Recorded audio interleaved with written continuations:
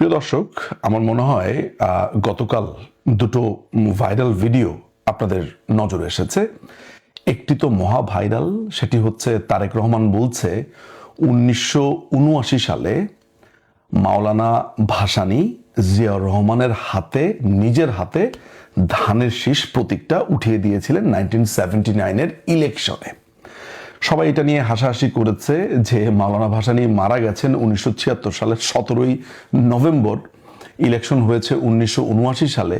তো মৃত্যুর 3 বছর পর জম্বি হয়ে বা জিন্দা লাশ হয়ে এসে জিয়াউর রহমানের হাতে ধানের শীষ উঠিয়ে দেওয়ার কোনো সম্ভাবনাই নাই এবং তারেক রহমান মিথ্যা কথা বলেছে, এটা নিয়ে হাসাহাসি হয়েছে।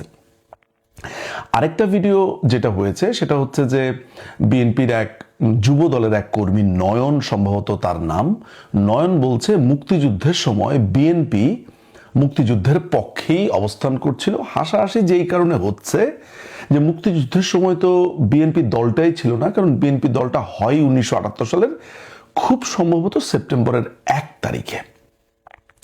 কিন্তু আজকের এই ভিডিওটা ইতিমধ্যে যেহেতু আপনারা এইসব ভাইরাল দুইটা ভিডিও দেখে ফেলেছেন, আমি একটু আপনাদেরকে সেই ভিডিওর ক্লিপসটা দেখাবো, তাতে করে আপনারা একটু রিফ্রেশ করে নিতে পারবেন মেমোরি।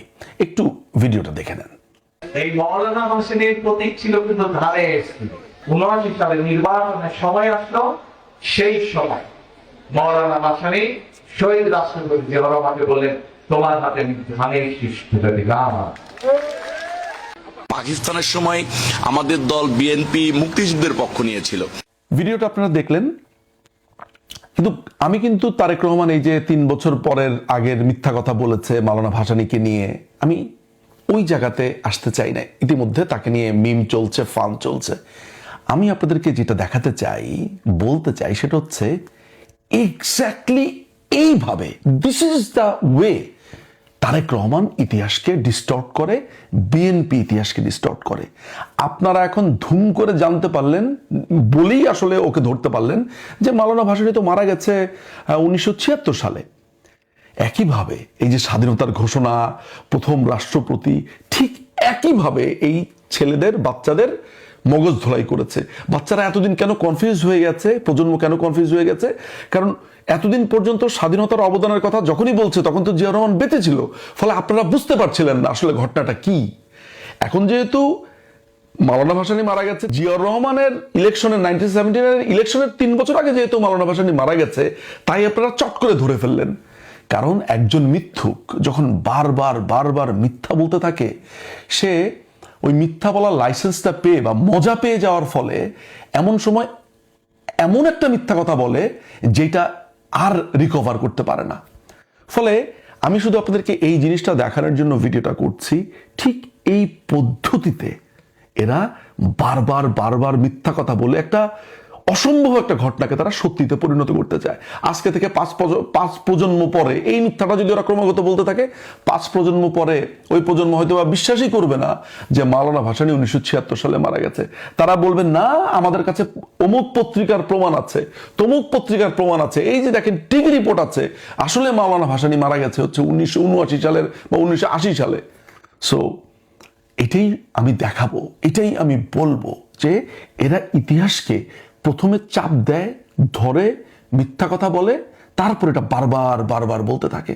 আর এই যে নয়ন ছেলেটা, যদি পালের গোদা মিথ্যুক হয় তাহলে তার সাগরেদ মিথ্যুক হবে না কেন? মুক্তিযুদ্ধের সময় বিএনপি বলে কোনো দল ছিল? তখন পরবর্তী সময়ে মুক্তিযুদ্ধের সময় মুক্তিযুদ্ধ করেছে একটা অধিকাংশ অংশ, আওয়ামী লীগ করেছে বা অনেকে আওয়ামী লীগ করেনি, অন্য দলে ছিল, পরবর্তীকালে গিয়ে তারা হয়তো বা বিএনপি করেছে। কিন্তু মুক্তিযুদ্ধের সময় তো সব এক ডাকে জয় বাংলা, বঙ্গবন্ধু। তখন বিএনপি কোত্থেকে এলো? কারণ নয়ন একটা মূর্খ, ও গাড়ি পোড়াতো, ও গাড়ি পোড়ানোর সম্রাট। ঢাকা শহরে যত গাড়ি পোড়ানো হয়েছে এটা ও পুড়িয়েছে। এটা আওয়ামী লীগ আমলেই আমরা নানানভাবে দেখিয়েছি, ও জেলে ছিল। এই গাড়ি পোড়ানো সন্ত্রাসী এর থেকে ভালো কিছু বলতে পারবে? অন্তত পক্ষে আমার তা মনে হয় না। কিন্তু আমাকে ওকে আসলে সন্ত্রাসী প্রমাণ করারও আমার দরকার নাই, গাড়ি পোড়ানোর কথাও আমি আসলে ফোকাস করতে চাই না। আমি ফোকাস করতে চাই সাগরেদ। নেতা যেমন, সাগরেদও তেমন, ওদের ইতিহাসটাও তেমন। সুতরাং প্রজন্মের সামনে পরিষ্কার যে জলজ্জান্ত একটা লোক 3 বছর আগে মারা গেছে, তাকে 3 বছর পরে কবর থেকে উঠিয়ে এনে বলছে এই ধানের শীষ তার, অথচ ধানের শীষটা যে তারা চুরি করে নিয়েছে অন্যের। আমি বারবারই বলেছি, জিয়াউর রহমান কিংবা বিএনপির একটাই কাজ, অন্যের রাইট, অন্যের কোনো ক্রেডিট এগুলোকে চুরি করা, এমনকি অন্যের একটা মার্কাকে পর্যন্ত চুরি করে ফেলেছে। আমি শুধু এটাই প্রজন্মকে বলবো, এটাই বিএনপি, ঠিক এইভাবে তারা মিথ্যাচার করে। যেই গানটি আপনারা শুনলেন শাহনাজ রহমতুল্লাহর, প্রথম বাংলাদেশ আমার শেষ বাংলাদেশ, জীবন বাংলাদেশ আমার মরণ বাংলাদেশ, গানটি সুন্দর, কিন্তু আমাদের দেশের পলিটিক্যাল যে পুরো কালচারের জায়গা বা পুরো জার্নির জায়গাটাতে এটাকে ধরে নেওয়া হয় এটি হচ্ছে বিএনপির গান। বিএনপির প্রতিষ্ঠাতা জিয়াউর রহমান শাহনাজ রহমতুল্লাহ নামে যে গায়িকাটা ছিলেন তাকে খুবই পছন্দ করতেন, এবং তার এই গানটিকে অনেকটা বিএনপির জাতীয় সঙ্গীত বা বিএনপির থিম সং হিসেবে ধরে নেওয়া হয়। এবং বিএনপি যখনই যে কোনোভাবেই তারা ক্ষমতাতে আসুক না কেন এই গানটি বাজানো হয়, মোটামুটি ধরে নেওয়া হয় যে এই গানটি বাজলে এটা বিএনপির গান, সোজা কথা। কিন্তু এই গানটি নিয়ে কি আমার আজকের ভিডিও না, আমি আপনাদেরকে কয়েকটা ভিডিও ক্লিপিংস দেখাবো, সেটা আরেকবার একটু দেখে নেন, তাহলে আপনারা এই গান ক্লিপিংস দুইটা মিলে তখন আমার বিশ্লেষণটা বুঝতে পারবেন। চলুন আমরা ক্লিপিংসগুলো দেখে নিই। শহীদ রাষ্ট্রপতি জিয়া রহমান স্যার খালকন কর্মসূচি শুরু করেছিলেন। শহীদ রাষ্ট্রপতি জিয়া রহমান বাংলাদেশের সর্বপ্রথম রাষ্ট্রপতি, এটাই সত্য, এটাই ইতিহাস।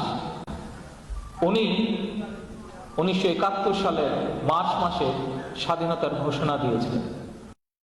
প্রথম শিশু মুক্তিযুদ্ধ হচ্ছে শিশু তারের শিশু আনা হয় ওনার সঙ্গে ওখানে 25 তারিখে উনি যখন ওনার ব্যাটালিয়নকে একসঙ্গে নিয়ে 300 সৈনিককে সাথে নিয়ে প্রতিজ্ঞা করিয়েছিলেন স্বাধীনতার ঘোষণা করব এবং প্রাণ দেব দেশের জন্য, সেই 300 সৈনিকের স্ত্রী এবং তাদের সন্তানরা হচ্ছে মুক্তিযোদ্ধা তালিকায় প্রাণ পাওয়া উচিত। কিন্তু এই কথা সত্য, বিএনপির লোকজনকে বলতে হবে প্রথম নারী মুক্তিযোদ্ধা হচ্ছে আমাদের মাতা, গণতন্ত্রের মাতা বেগম খালেদা জিয়া। বাংলাদেশের প্রথম মহিলা প্রধানমন্ত্রী, যিনি ওই যুদ্ধের সময় তাকে সেনাবাহিনীরা গ্রেফতার করে তার শিশু সন্তান সহ। তাই বাংলাদেশের প্রথম মহিলা মুক্তিযোদ্ধা হচ্ছে বেগম খালেদা জিয়া, শিশু মুক্তিযোদ্ধা হচ্ছে তারেক রহমান, আরাফাত রহমান কোকো।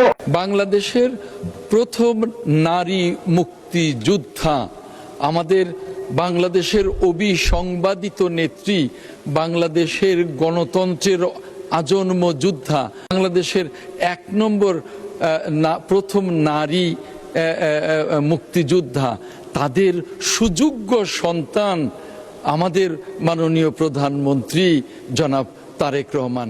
ক্লিপিংসগুলো দেখলেন, সেখানে আপনারা দেখতে পেয়েছেন যে স্বাধীনতার প্রথম ঘোষণা জিয়াউর রহমান, বাংলাদেশের প্রথম মুক্তিযোদ্ধা নারী মুক্তিযোদ্ধা খালেদা জিয়া, শিশু মুক্তিযোদ্ধা কোকো তারেক রহমান, বাংলাদেশের প্রথম খাল খনন করেছে বিএনপি, বাংলাদেশের প্রথম রাষ্ট্রপতিও নাকি বিএনপি, এগুলোই বলছে। তার মানে এই দলটির এই যে প্রথম হতে চাওয়া, এই যে প্রথম হতে চাওয়ার যে একটা ভয়ঙ্কর একটা আর্জ, একটা চেষ্টা, একটা আকুতি, আর্জের খুব ভালো বাংলা মনে হয় আকুতিই হবে, এই যে একটা আকুতি, এই আকুতিটা আমার মনে হয় যারা মনোবিদ রয়েছেন, সাইকোলজি সাইকিয়াট্রিস্ট যারা রয়েছেন, তারা এটাকে ভালোভাবে বিশ্লেষণ করতে পারবেন যে এই দলটার আসলে মানসিক সমস্যাটা কোন জায়গাতে, যে প্রত্যেকটা জায়গাতেই নিজেকে প্রথম বলতে চায়।